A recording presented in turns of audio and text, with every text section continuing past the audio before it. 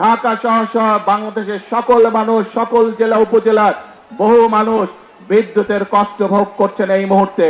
কিন্তু এই যে বিদ্যুতের সমস্যা, এই সমস্যা স্বৈরাচার, যে স্বৈরাচারকে এই দেশের মানুষ বিতাড়িত করেছে, তাদের আনপ্ল্যান, অপরিকল্পিত পরিকল্পনার জন্য, অপরিকল্পিত বিভিন্ন পদক্ষেপের জন্য আজকে বিদ্যুৎ এবং জ্বালানির এই অবস্থা। প্রিয় ভাই বোনেরা, আপনারা যেহেতু বিএনপিকে নির্বাচিত করেছেন, বিএনপি দেশের মানুষের দল, বিএনপি এদেশের স্বার্থেই কাজ করবে, বিএনপি এদেশের মানুষের স্বার্থে কাজ করবে।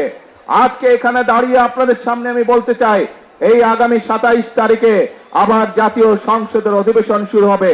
সেই জাতীয় সংসদ অধিবেশনে আপনাদের দল, আপনাদের সরকার দেশের মানুষের সামনে জাতীয় সংসদের মধ্যে উপস্থাপন করবে কিভাবে আমরা ইনশাআল্লাহ আগামী 10 বছর এই দেশের বিদ্যুৎ সমস্যার সমাধান করব।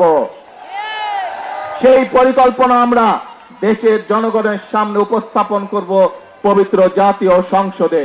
প্রিয় ভাই বোনেরা, আজ বিদ্যুতের সমস্যা নিয়ে এই যখন সমস্যা, এই যখন সংকট, যে কোনো সংকট যদি মোকাবেলা করতে হয় ধৈর্য ধারণ করতে হবে আমাদেরকে। যে কোনো সংকট যদি মোকাবেলা করতে হয় ঠান্ডা মাথায় পরিকল্পনা গ্রহণ করে ধীরে ধীরে সংকটের মোকাবেলা করতে হবে। কিন্তু আমরা দেখছি এই সংকটের সুযোগ নিয়ে কিছু সংখ্যক ব্যক্তি রাস্তায়, রাজপথে বিশৃঙ্খলা তৈরির চেষ্টা করছে। লোডশেডিং কিংবা ঘরের বাইরের তীব্র গরমে ওয়ালটন রিচার্জেবল ফ্যান থাকলে থাকবে শুধু বাতাস আর বাতাস। রাজপথে যদি বিশৃঙ্খলা তৈরি হয় সবচেয়ে বেশি ক্ষতিগ্রস্ত হয় সাধারণ জনগণ।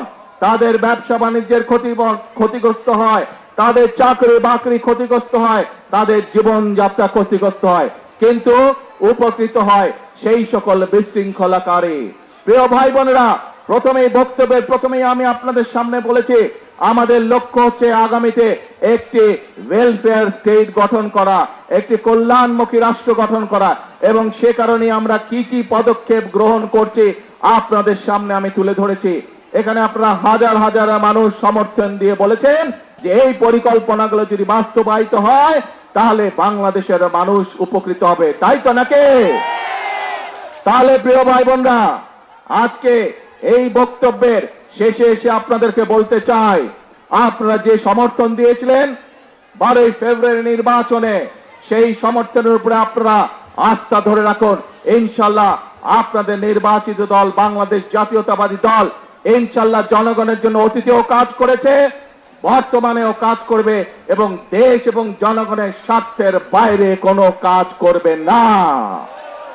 প্রিয় ভাই বোনেরা, আসুন আজকের এই পোড়ামাছ অবমুক্তকরণের এই যে জনসভা, এই জনসভায় আমরা সকলে আজকে শপথ গ্রহণ করি, আমরা সকলে শপথ গ্রহণ করি, সকলে প্রতিজ্ঞা করি যে দেশের স্বার্থের বিরুদ্ধে যারা কাজ করবে, যারা বিশৃঙ্খলা তৈরি করবে, যারা জনগণের স্বার্থে নেওয়া বিভিন্ন কর্মসূচি বাধাগ্রস্ত করবে, তাদেরকে জনগণের সকল শক্তি নিয়ে তাদেরকে প্রতিরোধ করবে।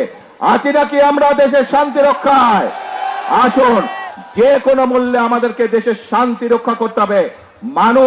দেশের মানুষ এখন দেশের শান্তি চায়, দেশের মানুষ এখন শৃঙ্খলা চায়, আইনের শাসন চায়, দেশের মানুষ কর্মসংস্থান চায়, দেশের মানুষ তার সন্তানদের জন্য শিক্ষা চায়, দেশের মানুষ তার পরিবারের জন্য স্বাস্থ্য ব্যবস্থা চায়।